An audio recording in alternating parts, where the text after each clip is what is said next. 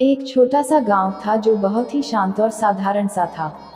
उसी गांव में एक ब्राह्मण रामस्वरूप अपनी पत्नी के साथ रहते थे। रामस्वरूप जी भगवान श्री राम के परम भक्त थे। दिन भर उनके मुंह से सियाराम ही निकलता था। रामस्वरूप बहुत ही सरल और सीधे स्वभाव के व्यक्ति थे, पर उनके घर की माली हालत ठीक नहीं थी। घर का गुजारा किसी तरह चल रहा था, परंतु रामस्वरूप जी के चेहरे पर जरा भी शिकन नहीं थी। उनकी भगवान के प्रति आस्था में कभी कोई कमी नहीं आती थी। इसलिए सब लोग उनको पंडित रामभक्त कहकर ही पुकारते थे। गांव में एक बहुत ही पुराना, खंडहर सा और बहुत ही छोटा सा राम मंदिर था। पंडित रामस्वरूप उसी मंदिर के पुजारी थे। मंदिर के बगल में ही एक छोटा सा ईंटों का बना कमरा था, वही वो रहते थे। दूसरी ओर उनकी पत्नी उनके बिल्कुल उलट बहुत ही गुस्से वाली थी। नाम था लीलावती। बात बात पर गुस्सा करना उनका स्वभाव था। भगवान की पूजा पाठ से लीलावती का दूर दूर तक का रिश्ता नहीं था। यहाँ तक कि वो कभी मंदिर में झांकती तक नहीं थी। पंडित रामस्वरूप रोज सुबह सुबह सूर्योदय से पहले ही उठ जाते और स्नान करके घंटों पूरी भक्ति भाव और श्रद्धा से भगवान की पूजा करते और फिर पत्नी से भगवान के भोग की थाली लगाने को कहते। यह उनकी रोज की दिनचर्या थी। लीलावती रोज केवल भगवान के लिए भोग बनाकर दे देती थी। इसके अलावा वो कभी मंदिर में कदम भी नहीं रखती। उसे ये भी नहीं पता था कि पंडित रामस्वरूप रोज किस प्रकार भगवान की पूजा करते हैं। उसे इन सब बातों में कोई दिलचस्पी नहीं थी। वो तो दिन भर घर के कामों में ही व्यस्त रहती थी। आज भी रोज की तरह रामस्वरूप ने घंटों तक पूजा की और फिर अपनी पत्नी को आवाज लगाई, लीलावती ओ लीलावती, अरे भगवान के भोग की थाली तो लगा दो। कितनी देर हो रही है, भगवान कब से भूखे बैठे। आई तभी लीलावती की आवाज आई। थोड़ी देर बाद ही लीलावती ने एक थाली मंदिर के बाहर से ही सरका दी और बोली, लो खिला दो अपने भगवान को खाना। इतना कहकर बड़बड़ाते हुए चली गई। तभी रामस्वरूप की नजर थाली पर पड़ी। थाली में सिर्फ गुड़ और रोटी ही रखी थी। यह देख उन्हें समझते देर न लगी कि आज खाने के लिए कुछ नहीं बचा है। पंडित जी ने भगवान से हाथ जोड़कर माफी मांगी और जो रूखा सूखा भोजन था उसी का भोग लगा दिया। रामस्वरूप पूजा करने के बाद जब बाहर आए तो लीलावती आंगन का झाड़ू लगा रही थी, साथ ही कुछ बड़बड़ा रही थी। अरे लीलावती, सुबह सुबह क्यों बड़बड़ा रही हूँ? कभी कभी भगवान का भी नाम ले लिया करो, थोड़ा पुण्य मिलेगा। रामस्वरूप पंडित ने हंसते हुए लीलावती से कहा। लीलावती लगभग चिल्लाते हुए बोली, तुम ही ले लो पुण्य, हमें नहीं चाहिए। रोज घंटों पूजा पाठ करते हो तो कौन सा भगवान ने तुम्हें तर दिया? घर में खाने को दाना नहीं है, जो था वो भी तुम्हारे भगवान को खिला दिया। अब खाली हवा खाकर अपना पेट भर लो। इतना सुनते ही रामस्वरूप बोले, लीलावती तुम चिंता मत करो, भगवान पर भरोसा रखो। तुम देखना वो हमें भूखा नहीं रहने देगा। पंडित जी और उनकी पत्नी के बीच इस तरह की नोक-झोंक रोज होती। इसी तरह उनके दिन कट रहे थे। एक बार पंडित रामस्वरूप को किसी जरूरी काम से 3-4 दिन के लिए दूसरे गांव जाना था। पंडित जी बहुत ही परेशान और चिंतित थे कि आखिर उनकी अनुपस्थिति में उनके भगवान का ख्याल कौन रखेगा, परंतु जाना भी जरूरी था। दूसरे दिन पंडित रामस्वरूप ने पत्नी से कहा, देखो लीलावती, मुझे जरूरी काम से दूसरे गांव 3-4 दिन के लिए जाना पड़ रहा है। इस बीच तुम्हें ही मेरे भगवान का ख्याल रखना होगा। उन्होंने पत्नी को यह भी बताया कि उन्हें रोज कैसे भगवान का ख्याल रखना है। तुम रोज सुबह सबसे पहले भगवान को उठाना, उन्हें स्नान कराकर भोग लगाना और रात्रि होने पर उन्हें सुला देना।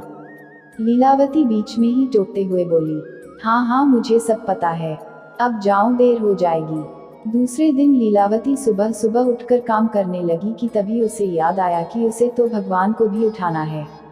वो मंदिर के अंदर गई और बोली, उठो रामजी, भोर हो गई है, जल्दी उठ जाओ, कहकर वो वापस अपने काम में लग गई।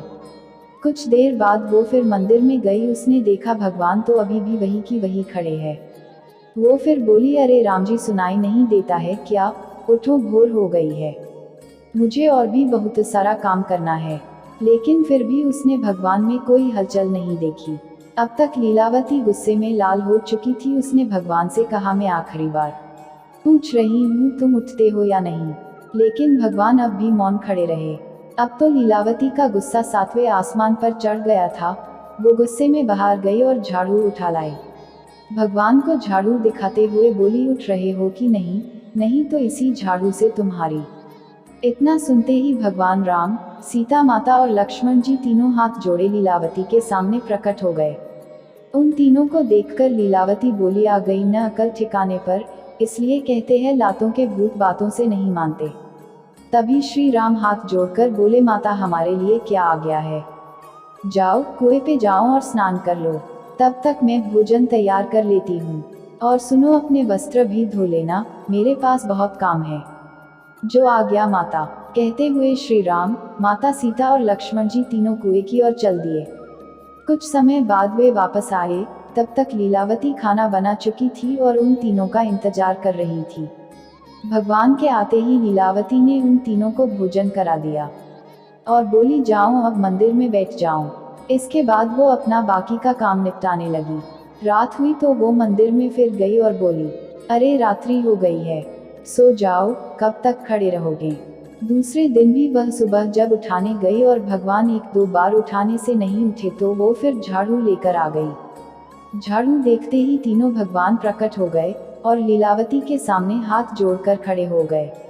लीलावती ने फिर उन्हें स्नान के लिए कुएं पर भेजा और भोजन कराकर अपने बाकी के काम निपटाने में लग गई।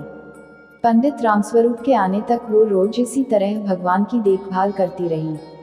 पंडित रामस्वरूप जी जब घर आए तो आते ही उन्होंने पत्नी से पूछा, लीलावती तुमने मेरे भगवान का ख्याल ठीक तरह से रखा कि नहीं। लीलावती बोली, हाँ ठीक से रखा, चाहूँ तो अपने भगवान से ही पूछ लेना। अच्छा तो बताओ कैसे रखा ख्याल। पंडित रामस्वरूप बोले। लीलावती ने उन्हें बताया, रोज सुबह तुम्हारे राम जी को उठाती थी। पहले दिन उठा के थक गई पर वो तीनों उठने का नाम ही नहीं ले रहे थे।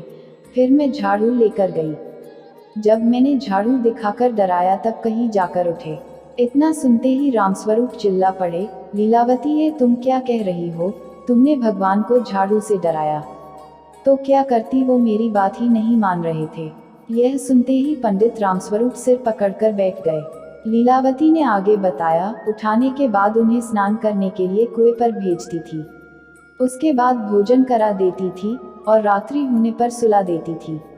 इतना काम ही तो बोला था ना। पंडित रामस्वरूप लीलावती की बातें सुनकर अवाक रह गए। वह सोच रहे थे, लीलावती ये क्या बोले जा रही है, ये पागल तो नहीं हो गई। उन्होंने लीलावती से पूछा, लीलावती तुम्हारी तबीयत तो ठीक है ना, ये तुम क्या बोले जा रही हो, मेरी तबीयत को क्या होना है, मैं बिल्कुल ठीक ठाक हूँ। लीलावती गुस्से से बड़बड़ाई। पंडित जी को अपनी पत्नी की बातों पर जरा भी विश्वास नहीं हो रहा था। वो तुरंत उस जगह गए जहाँ भगवान विराजे थे। पंडित ने देखा कि भगवान की मूर्तियाँ तो वैसे की वैसे ही रखी हुई थी। पंडित दौड़कर उस कुएं पर गए जहाँ लीलावती ने तीनों भगवान को स्नान करने भेजा था। जब वो कुएं पर पहुंचे तो उनके आश्चर्य का ठिकाना नहीं रहा। वहां रखी टूटी फूटी बाल्टी सोने की बन चुकी थी। बगल में भगवान के वस्त्र रखे थे, वो भी सोने के ढेर में बदल चुके थे।